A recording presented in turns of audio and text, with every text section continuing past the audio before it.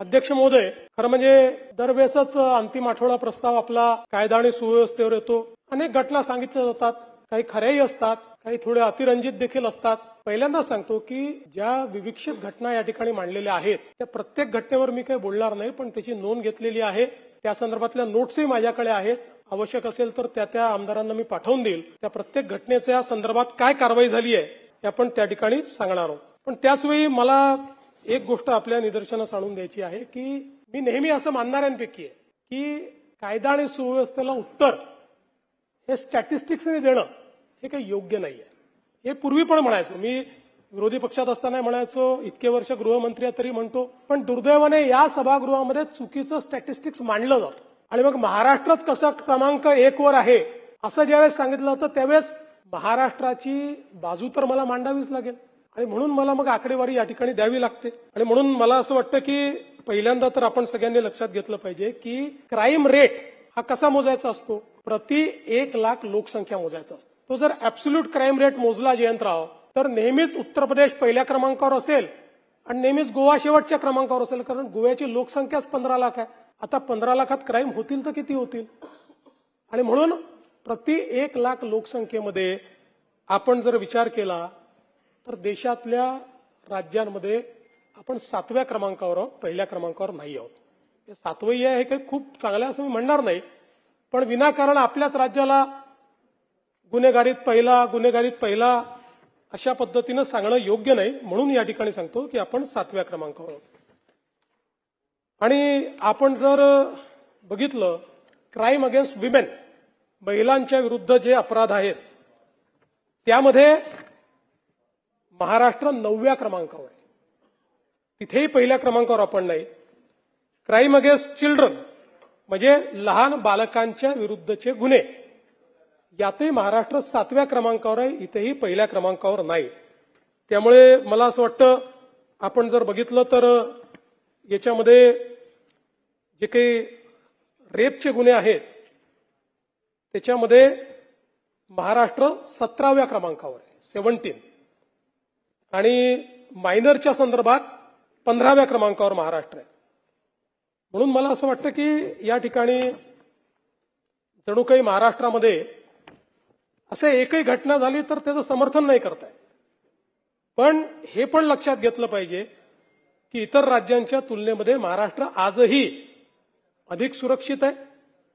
महाराष्ट्र आजही कायदा पाळणारा अशा प्रकारचा आपला महाराष्ट्र आहे. आणि आपण जर आता क्राईमचं स्टॅटिस्टिक्स दिलं म्हणून सांगतो की मे 25 ते मे 26 अशी जर आपण तुलना केली तर त्याच्यामध्ये विनयभंग 374 ने कमी, दुखापत 187 ने कमी, जबरी चोरी 271 ने कमी, घरफोडी 295 ने कमी, चोरी 384 ने कमी आणि गुन्हे उघडकीस येण्याचं जे प्रमाण आहे तेही 2025च्या तुलनेत 3.12% वाढलंय, 82% ते पोहोचलेलं आहे. राज्यामध्ये प्रतिबंधात्मक कारवायांमध्ये देखील या संपूर्ण कालावधीत आपण मोठ्या प्रमाणात वाढ केली आहे. तडीपारी 534 ने वाढ, एमपीडीए 14 ने वाढ, मकोका 33 ने वाढ आणि मोठ्या प्रमाणात अग्निशस्त्र जप्त करणे 427 अशा पद्धतीनं आपण हे काम केलंय. आणि आपण जर या ठिकाणी अपराध सिद्धीचा दर बघितला, हा सगळ्यात महत्वाचा आहे. कारण अध्यक्ष महोदय, गुन्हेगारावर वचक कधी राहील तर गुन्हा एखादा आपण पकडल्यानंतर त्याची चार्जशीट दाखल केल्यानंतर कन्व्हिक्शन होणं हे अत्यंत महत्वाचं आहे. दुर्दैवाने आता हे आपल्या जुन्या कायद्यांमधलं कन्व्हिक्शन चाललंय, त्यामुळे फार अडचणी यात. नवीन कायद्यांनी खूप सोपं केलंय, स्पीड केलंय. पण जुन्या कायद्यांमध्ये हे कन्व्हिक्शन आपण करतो. तर आपण जर बघितलं तर कन्व्हिक्शन देखील मे 25 मध्ये 44.2% होतं, ते आता 52.6% गेलंय. पण महत्वाचं हे नाहीये, महाराष्ट्राने गेल्या 10 वर्षात काय केलं हे सांगतो. 2008 साली आपला कन्व्हिक्शनचा रेट हा 9.4% होता. 2011 साली 12 साली तो 9% होता. 9.4% होता. तिथपासून आपण सुरुवात केली आहे 9.4%पासून आणि आता जयंतराव 9.4%वरून आपण 52.6%वर पोहोचलो आहोत. गेल्या 10 वर्षांमध्ये कन्सिस्टंटली तुम्ही बघितलं 10 वर्ष 8 आणि 9% आपला हा दर होता की ज्याच्यामध्ये 100 लोकांना आपण जर चार्जशीट केलं 91 सुटून जात होते. आता ते आपण 52%वर पोहोचलो. पण आपल्याला 70%पर्यंत जायचं. मला विश्वास आहे नवीन कायद्यांमध्ये आता जे आपण चार्जशीट करतोय आपण 70च्याही पलीकडे त्याच्यामध्ये जातोय. आताच जातोय. कन्व्हिक्शन्स आता सुरू झाली आहेत आणि आपण जाऊ 80 पर्यंत जाऊ. पण या जुन्या कायद्यांमध्ये जरा काही अडचणी असल्यामुळे त्या ठिकाणी आपल्याला तो प्रयत्न करावा लागतो. दुसरं, आता नवीन कायद्यांमुळे दुसरा फायदा काय झालाय, काही नियम आपल्यावर त्यांनी टाकले आणि त्याचं उत्तम पालन आपण करतोय. ई साक्ष आता 90.61% गुन्ह्यांमध्ये ई साक्ष आहे. ई साक्षीचा अर्थ काय आहे आपल्याला माहिती आहे. साक्षीदार होस्टाईल होतो.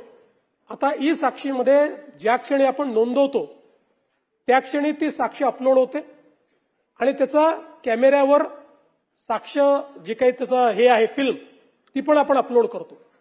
त्यामुळे आता दिलेली साक्ष ही ज्यावेळेस बदलायची आहे किंवा बदलतात किंवा होस्टाईल होतात त्यावेळी जे चुकीच्या पद्धतीनं त्या ठिकाणी काम करतात आणि होस्टाईल होतात यांची संख्या एकदम कमी होईल. आणि मला असं वाटतं की विशेषतः गंभीर गुन्ह्यांमध्ये ही जी अडचण आपल्याकडे निर्माण होते ती अडचण या माध्यमातून दूर होईल. दुसरं, आपल्याकडे 2-2 वर्ष आपण चार्जशीट दाखल करत नव्हतो. आता 60 काही गुन्ह्यांमध्ये 60 दिवस करावं लागतात, काही गुन्ह्यांमध्ये 90 दिवसात करावे लागते. आता आपला हा जो रेट आहे हा 50% पोहोचलाय. म्हणजे 50% केसेसमध्ये आपण 60 ते 90 दिवसामध्ये चार्जशीट दाखल करतो. पण त्याच वेळी लैंगिक गुन्ह्यामध्ये मात्र दोषारोप पत्र 90% गुन्ह्यांमध्ये आपण 60 दिवसाच्या आत त्या ठिकाणी दोषारोप पत्र दाखल करतो. आणि आता नवीन कायद्याने एक अजून चांगलं केलं की जे गंभीर गुन्हे आहेत अटकजन्य 7 वर्षाच्या वरचे जेवढे गुन्हे आहेत या गुन्ह्यांमध्ये फॉरेन्सिक टीमला स्पॉटवर जावं लागतं.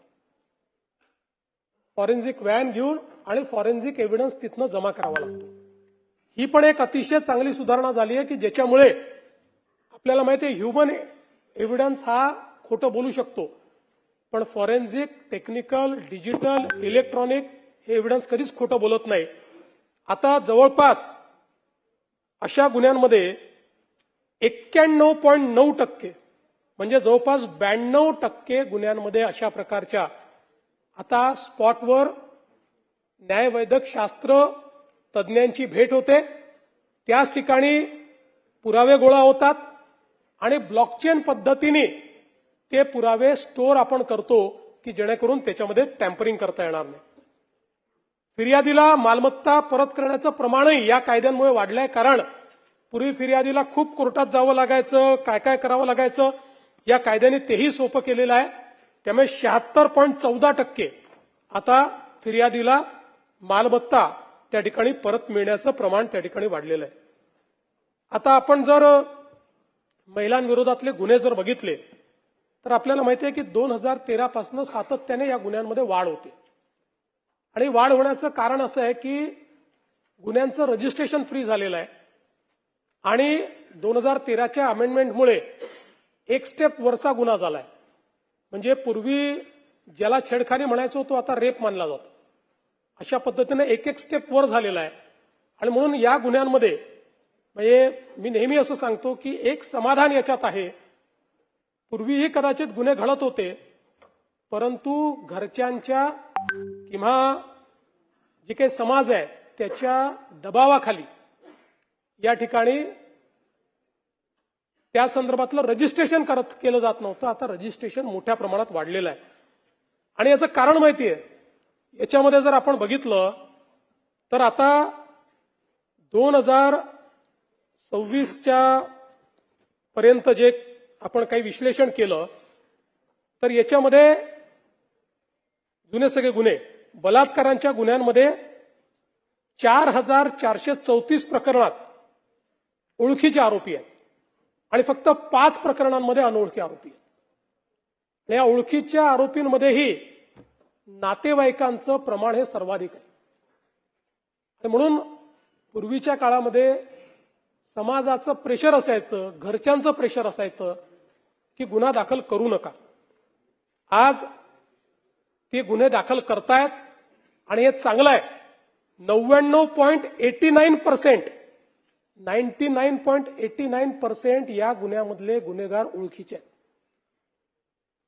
आणि म्हणून मला असं वाटतं की याला दोन्ही पद्धतीनं पाहता येईल. गुन्हे वाढतायत असंही पाहता येईल, पण त्याच वेळी समाज जर सुधारायचा असेल तर हे जे हायडिंग बिलो द कार्पेट आपण म्हणतो, दाबून ठेवा, सांगू नका, घराची इज्जत, हे जर संपलं आणि त्या घरच्याही लोकांना किंवा ओळखीच्या लोकांना लक्षात आलं की असे गुन्हे दाखल होत आहेत, तर कदाचित यामध्ये मोठा परिणाम होईल. दुसरं, याच्यामध्ये नवीन कायद्याने 60 दिवसाच्या आत आपल्याला चार्जशीट दाखल करायला सांगितली आहे. मला सांगताना आनंद वाटतो की आता मे 2026 अखेर चार्जशीट 7 दिवसात 60 डेजमध्ये दाखल होण्याची जी काही आपली पर्सेंटेज आहे ते 99.48% आहे. म्हणजे जवळपास एखाद दुसरा गुन्हा सोडला तर सगळ्या गुन्ह्यांमध्ये 60 दिवसाच्या आत चार्जशीट त्या ठिकाणी चाललेली आहे.